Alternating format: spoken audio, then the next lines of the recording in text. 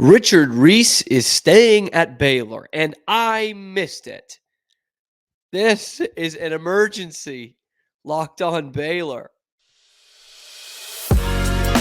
You are Locked On Baylor, your daily podcast on the Baylor Bears, part of the Locked On Podcast Network, your team every day.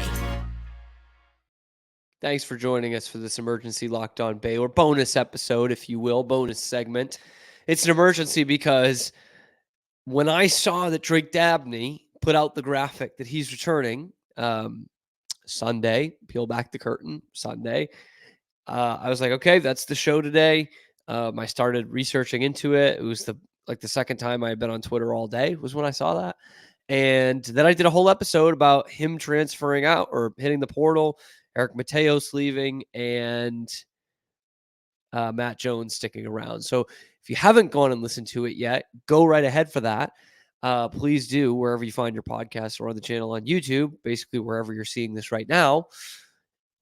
And if you did listen to it or watch it earlier, you were probably screaming he missed the biggest news of the day, because I did. Totally did. I said at 10 o'clock, I'm looking through Twitter, and Richard Reese commits he is sticking around. And you know what? It's not his fault. It's not his fault. But I'm in this time of year where it only catches my attention if it's a still image graphic like everyone else does. Richard Reese put out a very nice video. I'm very happy that he's staying. But to take some of the heat off me a little bit, it wasn't a still image graphic. Everyone else found out, but you're a host of Locked On Baylor. So that's why it's a bonus segment today. And I can't tell you how great I think this is for Richard Reese and for Baylor. Because in this era of the transfer portal, the season that Richard Reese just went through, I mean, really the career he's gone through at Baylor so far, you wouldn't blame him one bit for transferring, even though 4 or 5 years ago you would have been like, this kid's not going to learn any lessons. He's not sticking around. When the going gets tough, he goes. Now you don't do that as much because of what we see the transfer portal, and in the transfer portal, how it works for some guys. And all that to say, he could have very easily left and not had much heat for that, because he was a freshman All-American 2 years ago, or last year, I should say. And this year, he barely touched the ball. Even though his production numbers probably would have been about the same, he didn't touch the ball. And it just felt like he was frustrated, I think, because we were frustrated that he wasn't getting enough of the ball.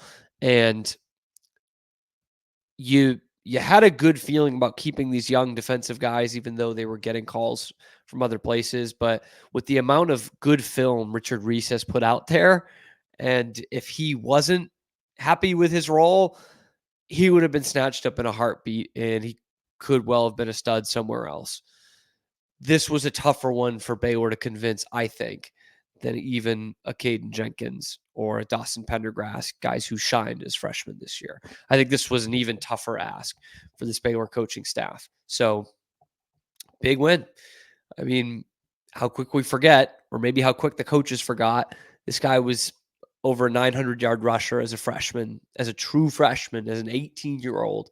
Last year, he set the Baylor freshman rushing record, and his body wore down towards the end of the season. Like if he was maybe a year older, you thought, or had some more pounds on him, he would have gone for over 1,000. He would have finished runs. He would have been our next Abram Smith. And I think he still has the potential to be that. But yeah, this year was a frustrating year and a perplexing year for those of us watching, seeing whole games go by where Richard Reese wasn't touching the football. A guy who had a lot to work on, but for the most part, there's a stretch where he was unstoppable last year. From that kind of middle of the season, that Kansas homecoming game that he basically finished Kansas off all by himself, and the 3 touchdown game against Texas Tech where they just ran all over them in Lubbock. Like, this guy was on a heater, man. And his body wears down a little bit. Understandable, the wear and tear that he was taking as a true freshman. But this was going to be the year that he broke out, all Big 12 kind of running back. you might have two of the best in the Big 12 is what we thought in Dominic Richardson and Richard Reese. And a multitude of factors, including the fact that the offensive line stunk and they were behind all the time, so they didn't run very much. That all made sense as to why he wouldn't be getting as many touches. But the question was, why isn't he getting any touches? And I just got to imagine he was thinking the same thing. Like, what am I doing wrong? And I hope it doesn't stunt a year of his development. But clearly the coaches saw enough in him that, or maybe the fact that Dominic Richardson didn't score a touchdown until week 11, saw enough in Richard Reese that they recruited him hard to come back and got him to recommit before the transfer portal even opens, which is today as you're listening to this on Monday. So big win for Baylor. We talk about the foundational pieces, potentially foundational pieces on the defensive side. Well, you've started to get some momentum on the offensive side too. Love that Josh Cameron's sticking around. Keytron Jackson announced over the weekend he is sticking around, and now Richard Reese. So, it sucks that Blake's gone and now Drake Dabney's gone, who was my breakout player of the year this year. That a couple more of these guys are gone. Richardson's gone. So you do have to make up for a decent talent loss. And I say decent relative to a team that's 3-9. That's a pretty good haul of talent that they have to replace for a team that's already not very good. And keeping Richard Reese around hopefully means he will be a part of the offense a lot more next year. I think he's a good guy for a spread offense. I haven't seen him play in it, and I'm no football coach, but for when we want him to be Abram Smith and finish runs like that, which I think he still can be, in his early in his career, he reminded me a lot more of a Shock Linwood, who obviously thrived in a spread offense, and I don't know that he could have in many other offenses at his stature. So I think Richard Reese is going to prove to be a lot better in that role, because we wanted him to put on some weight and be that physical Abram Smith type runner, but it was a lot for a kid who was in like the 170s, basically when he came in as a true freshman. 5'9", 179 is all he's at right now. And Dominic Richardson as your bruiser at over 200 pounds made a lot of sense. And they brought him in to be the bruiser. They didn't think that Richard Reese was going to be ready to be that back yet. And we don't know, because he barely got used throughout this year. Even when there was nothing to play for, he still wasn't getting touches. And it felt like kind of a nail in Baylor's coffin, because they were going to be the ones missing out during the final game of the season against West Virginia when he takes back-to-back kickoff returns for touchdowns. It felt like a peace out. I'm out of here. You don't know what you're missing. My mind was already made up. Now, of course, we didn't know that, but it felt like that. You got to admit, it felt like it as a fan, especially the way the game ended, where you're like, boy, who would want to stick around in this? That, there was one guy who really showed out tonight, and he's got to be one of the most frustrated guys on the team. So big win for Dave Aranda again. And I understand the question of, Cam, why do you want to bring so many of these guys back when they were 3-9 this year? I get that. And to be honest, there were a few guys over the weekend who did the tweet, did the GXG and everything, and I didn't know who they were. So there's going to be a lot of that too. But I think there was just myriad things that went wrong this year, and that it wasn't any one player's fault or even two or three players' faults. So there was flashes of talent on there, and all the guys who flashed talent, save Blake Shapen and Drake Dabney, which is a lot, but everyone else has recommitted. The backup quarterback, for one, who had a great last game. I know some people don't agree. I thought he was excellent.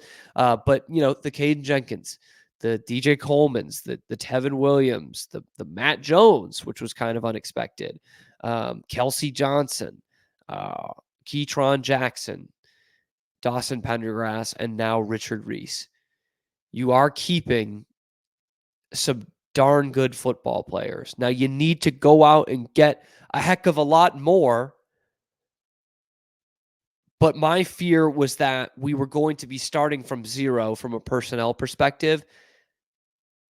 And it was going to be starting with 2 outs and 2 strikes with your head coach, if that makes sense. Your head coach is coaching for a job with a personnel situation where he should be coaching for 2 years from now. And thankfully, that doesn't look like it's going to happen.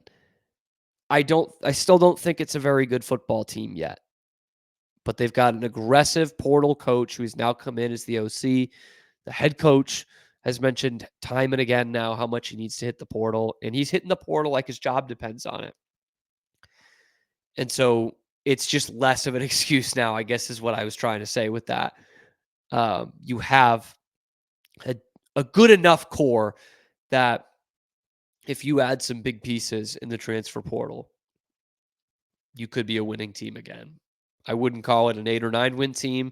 Right now, this is about a 3 or 4 win team again. But if they hit the portal as hard as they're saying or implying that they're going to, that could be positive. that could be, I don't want to go there yet, but that would be a big sign of intent from this coach and his semi-new coaching staff that we are ready to compete again. So we'll see, but the good dominoes keep falling. As much as it sucks that Dabney and Chapin aren't coming back, those are two really important pieces on the offensive side to bring the rest of your skill position guys who showed some flash this year back is huge for this coaching staff. And it might not be the best assembled team in the Big 12 next year, but it shows a vote of confidence in this coach and this coaching staff from the players. So there's something positive to be taken there. What do you think? Are you happy that so many guys are coming back? It'd be understandable, I guess, if you're not. But they will be hitting the portal hard no matter what. And how do you feel about Richard Reese coming back? Were you surprised by that? Are you happy about this? Or were you trusting the coach's instincts and think he shouldn't have been out there anyway? I think he should have, personally. And I think he showed that off in the last game against West Virginia. Be sure to like and subscribe. Drop the comments. Tell your friends. We will be back tomorrow, hopefully when I'm not missing anything, even though I love giving you guys bonus content. But we'll be talking some basketball tomorrow on Locked On Baylor.